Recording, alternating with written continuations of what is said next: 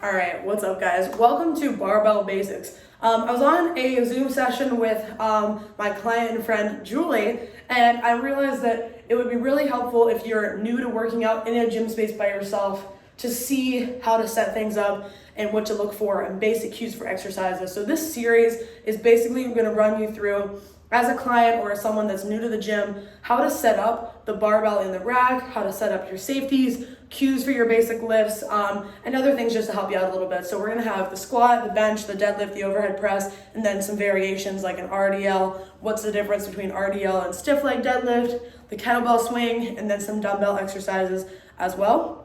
But the biggest thing is gonna be how to set up within your rack. So first things first, anytime you're reading any program, whether it be mine or someone else's, read the program all the way through, like the entire thing, just on one sitting, and then before your workout, read it all the way through. So I like to print myself out or write it all down, but if I'm looking and I see, okay, I have barbell back squat for 3 sets of 8, and then I have bent over rows and front squats, I know, and let's just say, for example, single leg RDLs, I know that I'm gonna be working with barbells and possibly for the single leg RDLs, dumbbells.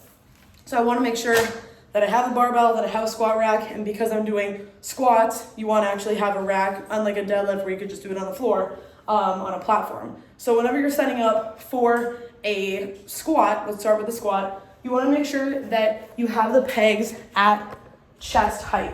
So these right now, these are safeties set up here, but anytime I literally walk up, and a lot of gyms will actually have numbers on their pegs. So these little holes that are here, ding, ding, ding, ding, I walk up and I see what's about chest height or armpit height. And for me, that's number 4 on this rack. So what I'm gonna do really quick, this is actually perfect because the rack isn't perfectly set up. I'm gonna walk over, I'm gonna take off the safeties, and I'm gonna bring the safeties down to the top point of my squat where my shoulders will be. So I drop down to a squat, I see that my shoulders are about here in my absolute bottom squat, and I look at what hole that's at. So, for example, that's at number 1, 2, 3, 4, 5, 6, 7, 8, 9, 10. Hole number 10. So I'm gonna take the safeties off and put them on hole number 10, especially if you're lifting heavy. You wanna make sure you actually have your safeties here and present, in case you don't have a spotter. And I almost never have a spotter, because I work out by myself. And if you're new to the gym, you don't know anybody, you don't wanna ask a stranger, but never be afraid to ask somebody to help you. 1, 2, 3, 4, 5, 6, 7, 8, 9, 10. So I got it in line with number 10. And you'll have different safeties. You'll have flip safeties. You'll have ones that are pin and pipe. This is a squat stand, so I have a slightly different setup. And anytime you're in a commercial gym space, you'll have people that leave stuff everywhere. They could have one safety on, one off, the pegs in different heights. You never know what you're gonna find. So you come in and clean it up to be at the height you need. Never trust somebody else, and make sure that the safeties are all the way in, the pegs are all the way in. 1, 2, 3, 4, 5, 6, 7, 8, 9, 10. So I've got it at number 10. And then I'm gonna take my JPEGs, which are the hooks that actually hold the bar, and I'm gonna put that at chest height. I know for me, most comfortable is number 4. 1, 2, 3, 4. And what I would advise for anybody that's new to the gym, you're starting your program, and you're gonna be working out in the same gym, is in your notebook or in your notes on your phone, take a note of what number you put things on. So I would have a tab that says squat, JPEG number 4, or whatever number it is. It could be number 23 if they have numbers on the side, and safeties at number whatever. So the next time you come in for squats, you go, okay, 4, 10, or whatever. Just so you're not fumbling around. That's the thing that really helped me, was actually, because this is my rack, I can write on it, putting a little tick mark at the heights that I like, so I'm not fumbling with it later. And it's great to write notes down on your phone and track everything in your lifting. So now that I have this set up at 4, and the safety is here, I'm gonna take my barbell out from the wall, and I'm gonna set it up. So now I've got the bar at the perfect height. How you know it's at the perfect height? You stand next to it, it's at the height of about my chest, just a little bit taller than my armpit. This is where I prefer to have it for a back squat. So that is how to set up your rack for a squat. Let's move on to actually the back squat itself. Couple of really important things to note is teaching yourself basic cues and going through them in your head. I actually love to have a cheat sheet. I have a whiteboard over here where I keep a cheat sheet for my exercise of the day, but writing down an actual sheet or on your program itself, writing little notes for yourself and referencing them before your workout, during your workout, on your days off, so you kind of become very familiar with the cues. A couple of really good examples of cues would be your breaking point. Are you breaking from the hips first, so you're hinging? Are you breaking from the knees first? Teaching yourself to drive the knees out, gripping the ground with your big toes. All of those are really important notes for the squat. So I'm gonna run you through about 10 different cues that I think would be helpful for a squat. And let's bring this height up a little bit. I actually just recently got a tripod, and then less than 48 hours later, I broke the tripod because I smashed it with a weight. So I'm sorry, little tripod. But let's see if we're at a good height here. Might have to back it up a little bit. Push it at an angle. There we go. Okay.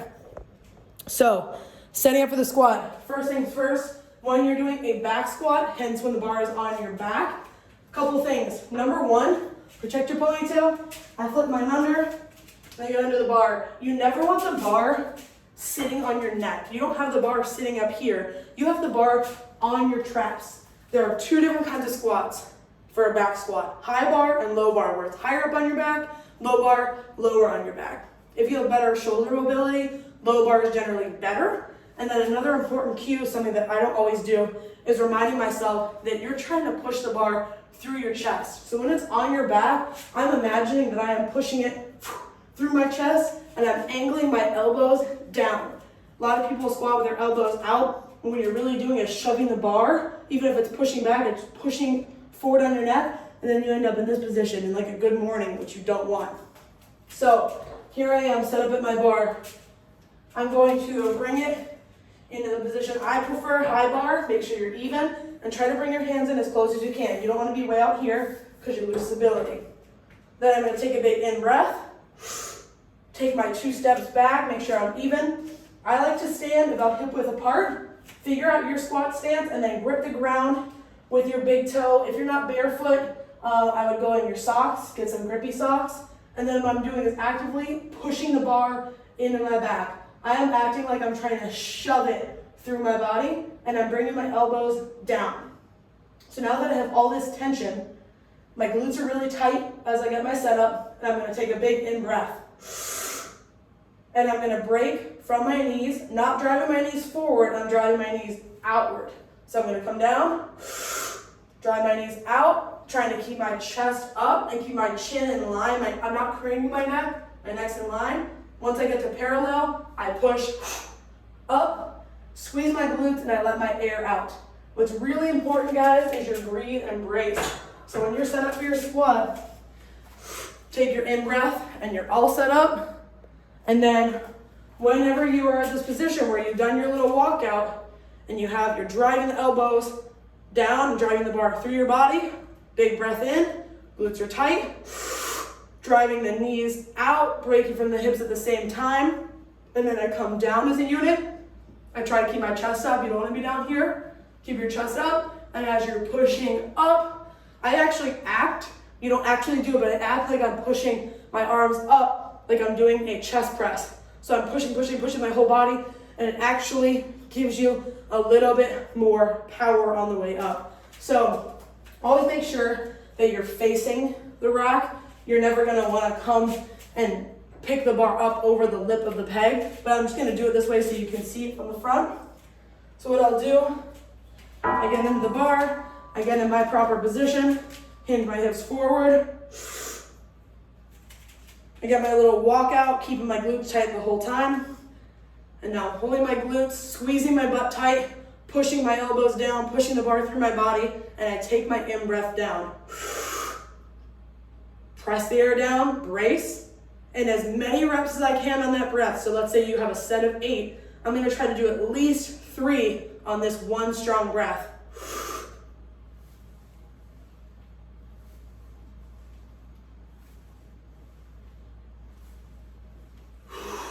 When you need to let the air go, make sure you're back at the top position. You never let it go down here because you lose your power. Take your in-breath again, squeezing your glutes tight.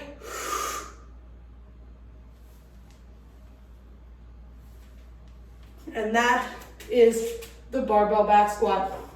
Another important note, when you're loading the bar for a squat or an overhead press or a chest press, I always advise that you put your safety collars on. So once you have the weights loaded on either side, make sure that you have the collar on the bar, clamp it shut. Protect yourself, keep yourself safe.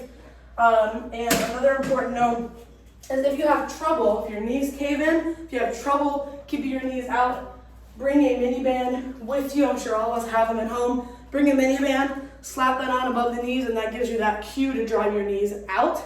Another big thing for the squat is making sure you have thoracic mobility, which is the mid-back. Most people fall forward in the squat and they feel pain in their lower back because their mid-back is too tight. So before your squats, before your workout, make sure you have an adequate warm-up. I like to warm up with body weight squats first and some glute activation movements. So put that band on. That could be banded squats, hip thrust with nothing but the band, monster walks laterally to activate your glutes, and then an efficient warm-up sequence. So then let's move on to the next part, actually warming up for the squat.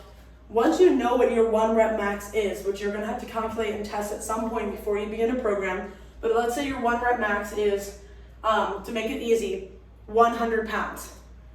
So you know that you can do 100 for 1, and you wanna work up to a day where you're doing 3 sets of 6 at 75%. 75% of 100 is 75 pounds. You're not gonna just walk up and throw 75 pounds on the bar. You're gonna do body weight squats first for a set of 20. You're gonna do squats with just the empty bar, which by the way is 45 pounds for a set of 10. And then you add on smaller plates until you build up to what's called your working weight.